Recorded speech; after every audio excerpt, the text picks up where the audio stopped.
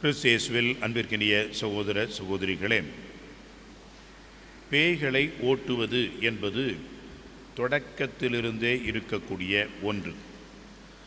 படைப்பின் தொடக்கத்திலேயே பார்க்கின்றோம், சாத்தான் உள்ளே நுழைந்தான். இந்த சாத்தானை விரட்டுவது என்பது படைப்பினுடைய ஒரு அங்கமாகவே நாம் விவிலியத்திலே வாசிக்கின்றோம். சாத்தானுக்கும் ஆண்டவர் சாபத்தை கொடுக்கின்றார். அந்த சாத்தானும் தொடர்ந்து தன்னுடைய வேலையை செய்து கொண்டிருக்கின்றான் என்பதை நாம் விவிலியத்தின் அடிப்படையிலே நாம் நிரூபிக்கலாம். அந்த வகையிலே இன்றைக்கு பேய் இருக்கிறதா? கண்டிப்பாக பேய் இருக்கிறது. இதில் எந்த விதமான சந்தேகமும் இல்லை.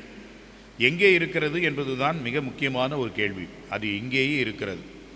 எங்கே கடவுள் இருக்கின்றான், ஆனால் பேய் இங்கே இருக்கிறது என்று சொல்கிறீர்களே என்று நினைக்கலாம். எங்கெல்லாம் மனிதர்கள் இருக்கிறார்களோ அங்கெல்லாம் பேய்கள் உண்டு. ஏனென்றால் மனிதர்கள் தான் பேயே. நாம் சுற்றுமுற்றும் பார்க்க வேண்டிய அவசியமில்லை.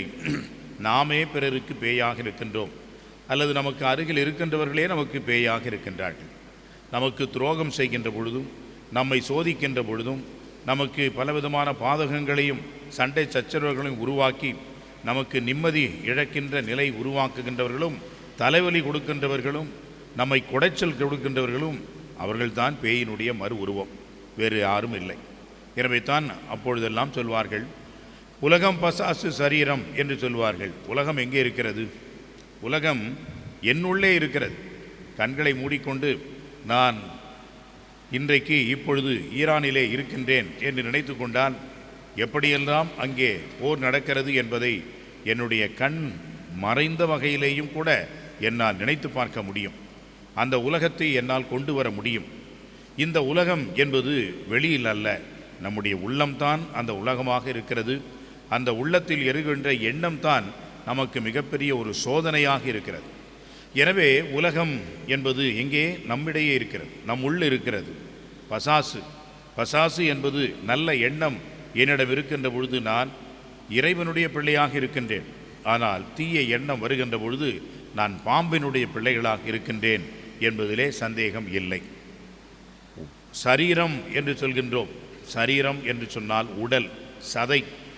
இந்த உடலோடு இந்த சதை ஒட்டி இருக்கின்ற வகையில், அது இருக்கின்ற வரையிலும் நமக்கு சோதனை என்பது உண்டு. காரணம், கடவுள் இயற்கையிலேயே இதையெல்லாம் அமைத்து கொடுத்திருக்கின்றார். பசி, தாகம், கோபம், மோகம் என்று பல்வேறு உணர்வுகளையும் உணர்ச்சிகளையும் அங்கே பொருத்தி வைத்திருக்கின்றார். எனவே இது மூன்றும் இருக்கின்ற வரையும் நாம் இந்த உலகத்தை விட்டு செல்வது இல்லை. இந்த உலகத்திற்கான காரியங்களிலிருந்து நாம் விடுதலை அடைவதும் கிடையாது. எனவே அன்புக்குரியவர்களே, பேய் என்பது எங்கே இருக்கிறது என்று சொன்னால் இங்கே இருக்கிறது, என்னில் இருக்கிறது. அந்த பேய் என்ன செய்கிறது? என்னை சோதிக்கிறது. அந்த பேய் என்பதை ஓட்டுவது என்பதுதான் தவக்காலத்தினுடைய தவ முயற்சிகளாக இருக்கிறது. இந்த பேயை ஓட்டினால் அதோடு முடிந்து விடுமா? முடியாது. ஓட்டிக்கொண்டே இருக்க வேண்டித்தான். சமீபத்திலே ஒரு இடத்திற்கு சென்றேன். அங்கே எங்கே பார்த்தாலும் குரங்கு இருக்கிறது. அப்பொழுது நான் கேட்டேன், இதை நீங்கள் எங்கேயாவது ஓட்டி விடலாமே என்று கேட்டேன். முடியவே இல்லை என்று சொன்னார்கள். நம்முடைய வனத்துறையினரிடம் சொன்னார், அவர்கள் இதை பிடித்து கொண்டு போய் எங்கேயாவது விட்டு விடுவார்களே என்று சொன்னேன். எங்கே விட்டாலும் திருப்பி இங்கே தான் வந்து அவர்கள் குடிகொள்கிறார்கள் என்று சொல்கின்றார்கள். அப்படி என்றால் இந்த குரங்குகள் விரட்டி கொண்டே இருக்க வேண்டும். எங்கே விட்டாலும் திருப்பி அந்த குரங்கு வந்துடுது. அதே போல தான் மனசில் இருக்கிற குரங்கும் அதே மாதிரி தான். நீங்கள் எங்கே எப்போ விரட்டினாலும் சரி, திருப்பி திருப்பி அந்த குரங்கு வந்துக்கிட்டே தான் இருக்கும். இன்றைக்கு உலக அளவிலே இந்த குரங்குகளை ஓட்ட வேண்டிய அவசியம் கண்டிப்பாக இருக்கிறது. எந்த குரங்கை ஓட்டுறது என்றது தான் மிகப்பெரிய பிரச்சனை.